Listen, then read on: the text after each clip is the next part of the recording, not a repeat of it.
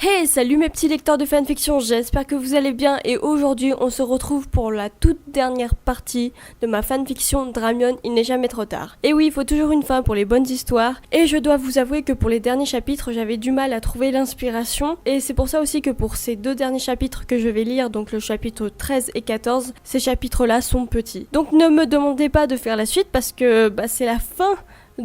Enfin vous allez voir dans cette vidéo. En tout cas je voulais vous remercier pour tous vos super retours que vous m'avez donnés. Ça me booste encore plus pour continuer et à écrire d'autres histoires, donc voilà, je vous remercie vraiment. En tout cas, les prochaines vidéos de fanfiction, parce que je vous rappelle qu'il y a une vidéo tous les mercredis et samedis à 18h sur cette chaîne. Pour les prochaines vidéos, ça sera Kev qui va lire les prochaines fanfictions des abonnés. Comme ça va me décharger d'une partie du travail et tant mieux. Bien sûr, je vous rappelle, abonnez-vous et activez la cloche pour recevoir toutes les notifications quand on sort une vidéo.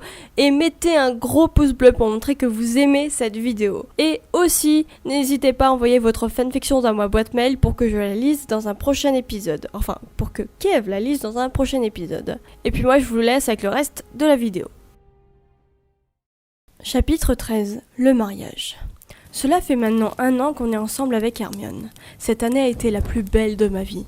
Notre cohabitation se passe à merveille, malgré qu'on se dispute de temps en temps, comme tous les couples. C'est tellement merveilleux de se réveiller le matin avec elle à mes côtés. Chaque jour est une bouffée d'air fraîche. Ce qui me manquait depuis des années est enfin là. Mon cœur est comblé. Elle est ma copine, ma confidente, ma meilleure amie, et je compte bien que ces prochaines années seront de plus en plus belles. Car ce soir, j'ai décidé de la demander en mariage. J'ai toujours rêvé qu'elle soit ma femme, car elle est la femme de ma vie. Je veux vivre l'éternité avec elle. Je l'aime plus que tout au monde. Donc je veux officialiser notre union par le lien du mariage. Mais je stresse pour faire ma demande. J'ai peur de bégayer ou pire qu'elle me dise non. Alors j'ai préparé une demande super romantique pour mettre toutes mes chances de mon côté. Ce soir, Hugo est chez son père et Scorpius et Rose sont partis en rendez-vous romantique. Comme nous d'ailleurs. On aura notre soirée rien que pour nous, donc je lui ai préparé un dîner romantique pour marquer le coup. J'ai préparé un dîner d'exception. Au menu, en apéritif, tuiles de parmesan avec mojito. En entrée, velouté de betterave, croustille de lard. Le plat principal, magret de canard rosé aux épices. Et en dessert, macarons, framboises et meringues italiennes. La soirée arrive.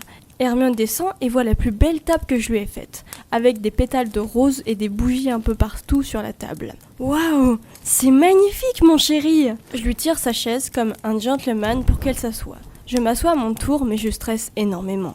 Vient les plats. Donc comme prévu, on se régale parce que je suis aussi très bon cuisinier. Maintenant vient le dessert, la fameuse surprise arrive. Nous mangeons notre meringue, mais d'un coup elle sent un truc dur dedans. Elle le sort de sa bouche et voit ma bague. Alors je mets un genou à terre et lui dis cette phrase que j'ai répétée 1 million de fois. Hermione, tu es la femme de ma vie, je vais vivre l'éternité avec toi. Veux-tu devenir ma femme ? Elle avait les larmes aux yeux. Oui !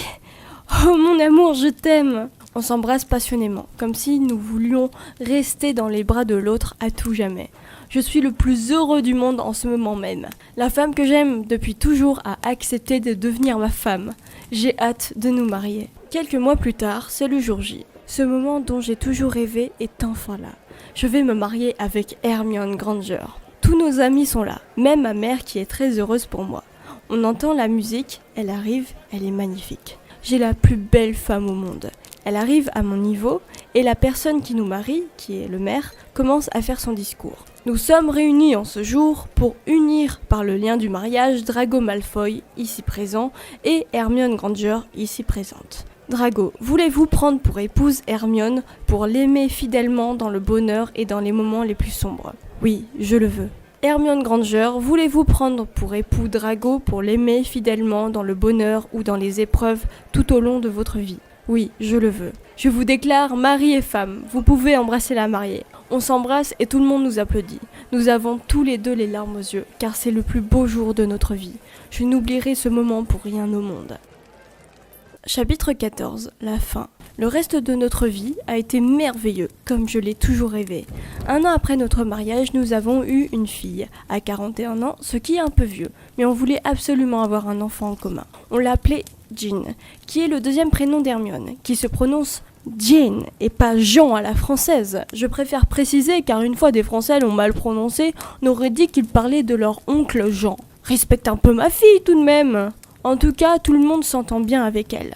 Les enfants étaient super heureux de savoir qu'ils allaient avoir une petite sœur. Tant qu'à Rose et Scorpius, ils sont toujours ensemble. Ils se sont même mariés à 18 ans. Ce qui est un peu tôt à notre goût, mais cela faisait 6 ans qu'ils étaient ensemble. Leur mariage était magnifique. Wismosh n'était pas là. Je comprends sa colère. Pour lui, les Malfoy ont volé sa femme et sa fille. Bah écoute, j'y peux rien si on a tant de charme que ça. D'ailleurs, il s'est aussi remarié, mais avec une moldue. Je n'en sais pas plus sur son sujet parce que je m'en fous en fait. Pour notre travail, Hermione est toujours ministre de la magie et moi son assistant. C'est toujours un bonheur de travailler avec elle, qu'on reste dans la même pièce. J'ai été promue pour un meilleur poste, mais j'ai refusé, car je n'échangerai ma place pour rien au monde.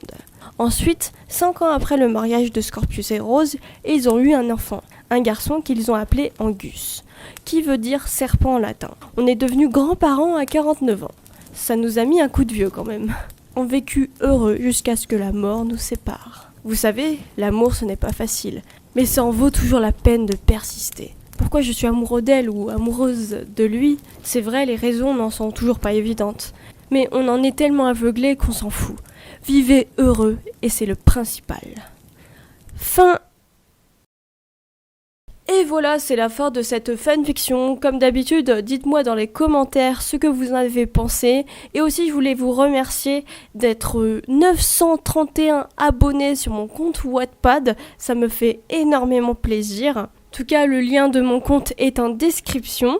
Comme ça, vous saurez aussitôt quand je vais sortir une nouvelle histoire sur mon compte. En tout cas, je vous dis à mercredi à 18h. Donc, ça sera Kev qui va lire une fanfiction des abonnés. Comme d'habitude, je vous dis abonnez-vous et activez la cloche pour recevoir toutes les notifications concernant vidéo. Et mettez un gros pouce bleu pour montrer que vous aimez cette vidéo. Et n'hésitez pas surtout à m'envoyer votre fanfiction dans ma boîte mail pour qu'on la lise dans un prochain épisode. Et puis moi, je vous dis tchuss!